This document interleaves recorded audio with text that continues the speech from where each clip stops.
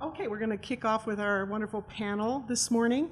First up will be Bruce Christiansen. He's the Executive Director at Mountain Valley Developmental Services. He's going to speak about his programs and services, followed by Renee Carroll-Great, who is the Executive Director at Response, which is Pitkin County's domestic violence, sex assault hotline and service provider, followed by Jackie Scramstad, who is, as of about 3 months now, the Regional Director for Mind Springs Health, Eagle, Pitkin, and Garfield County programs.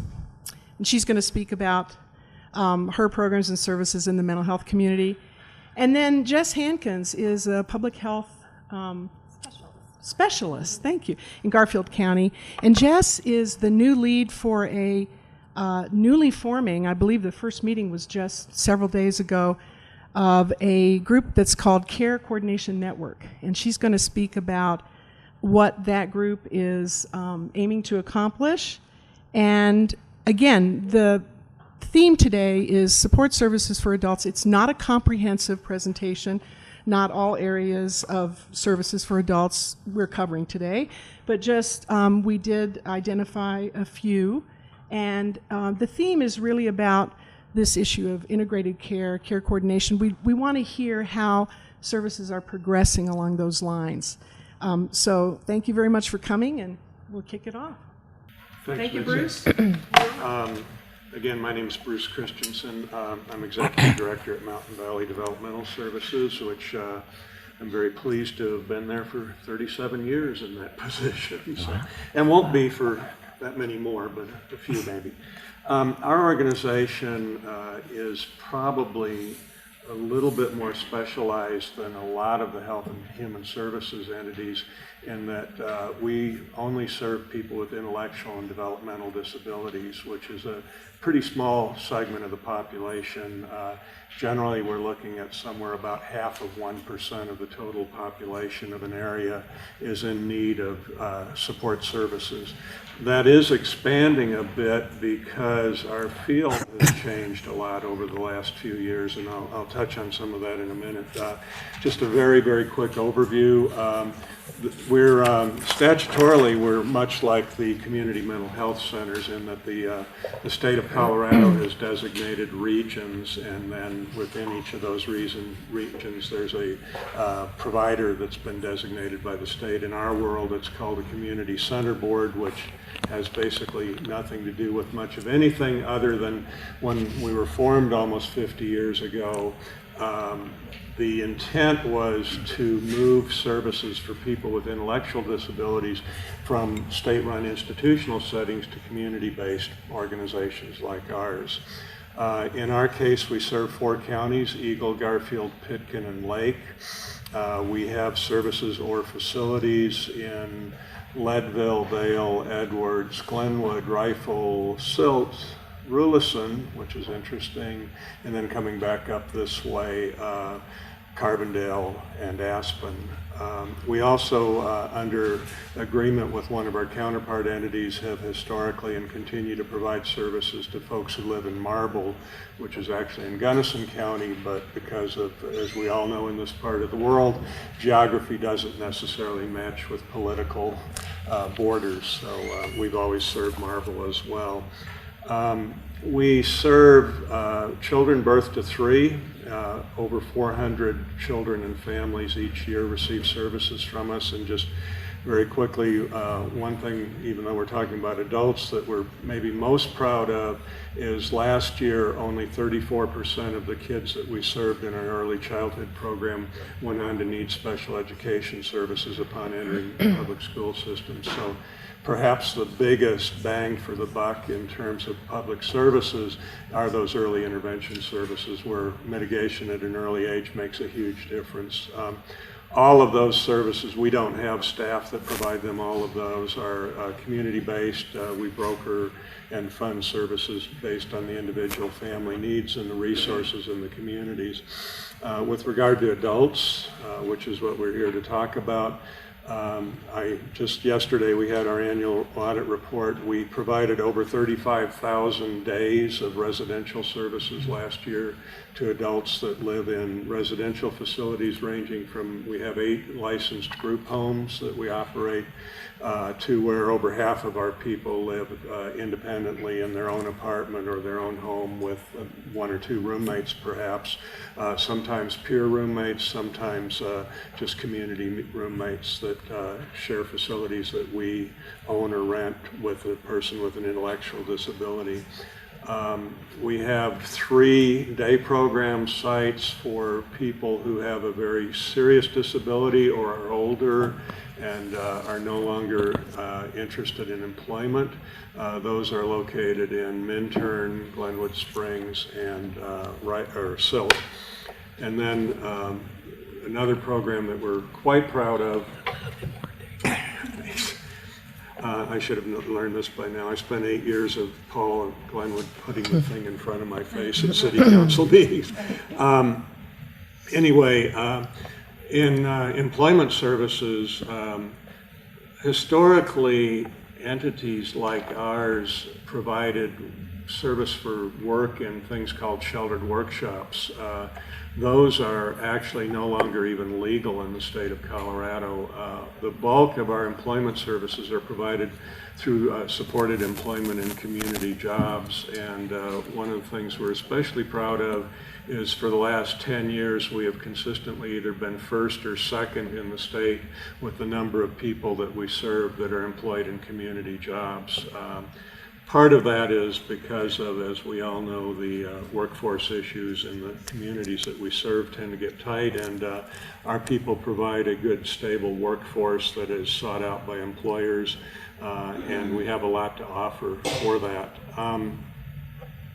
Changes during the past 10 years have been pretty phenomenal in our field. As I mentioned, congregate settings are going away. Everything is much more individualized for adults, and when we get into talking about case management and collaboration, that's where that becomes really important.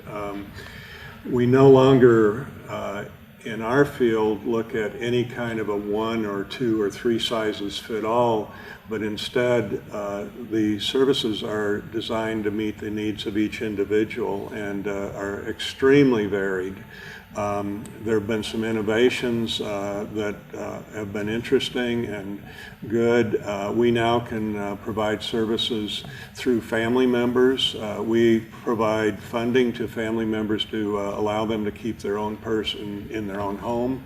The amount of funding is significant. We have 2 families that receive over $80,000 annually each to care for a child, an adult child with a very significant disability. And that's allowed a change in the treatment modality where somebody doesn't move out of their home at 21, they can stay in their home. But it also provides security for the family because all of the states have funding problems, and we have a waiting list. So it allows people to obtain funding at age 21, serve their child in home, but then when the parents get older, the child's able to move into some sort of supported living environment that we operate. With regards to, all of our services are funded through Medicaid waivers, or the majority are. Our budget is just under $10 million. We have 160 staff. We're pretty large for a fairly behind-the-scenes entity. All of those services are funded primarily through the Medicaid waivers of the state, with only about 10% of our funding coming from non-governmental sources. With regard to collaboration, because of the fact that the population we serve has very, very high support needs, ranging from total personal care to behavioral supports to lesser supports, but still needing someone to help with budgeting, meal planning, homemaking, and things like that. We have always needed to collaborate with other entities and continue to do that. Our primary partners are, we work with MindSpring. We have a lot of people with coexisting diagnoses, Those tend to be, maybe for both of our entities, maybe the most difficult group to serve because they don't fit the primary needs that the majority of our caseload need. They have very, very significant cross-organizational needs. We have always worked with the medical community. Folks with intellectual and developmental disabilities tend to have greater health care needs maybe than the normal population. There's some issues, for instance, 100% of the people with Down syndrome will get Alzheimer's disease at one point in their life.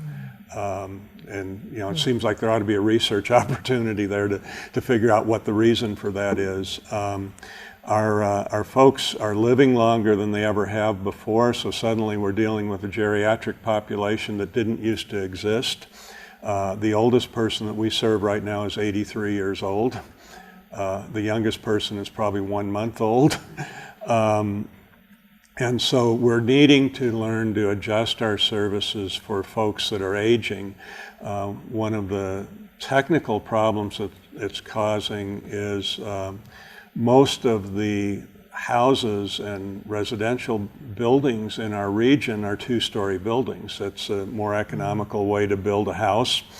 And suddenly we're dealing with an aging population that can't deal with stairs, and we're modifying homes.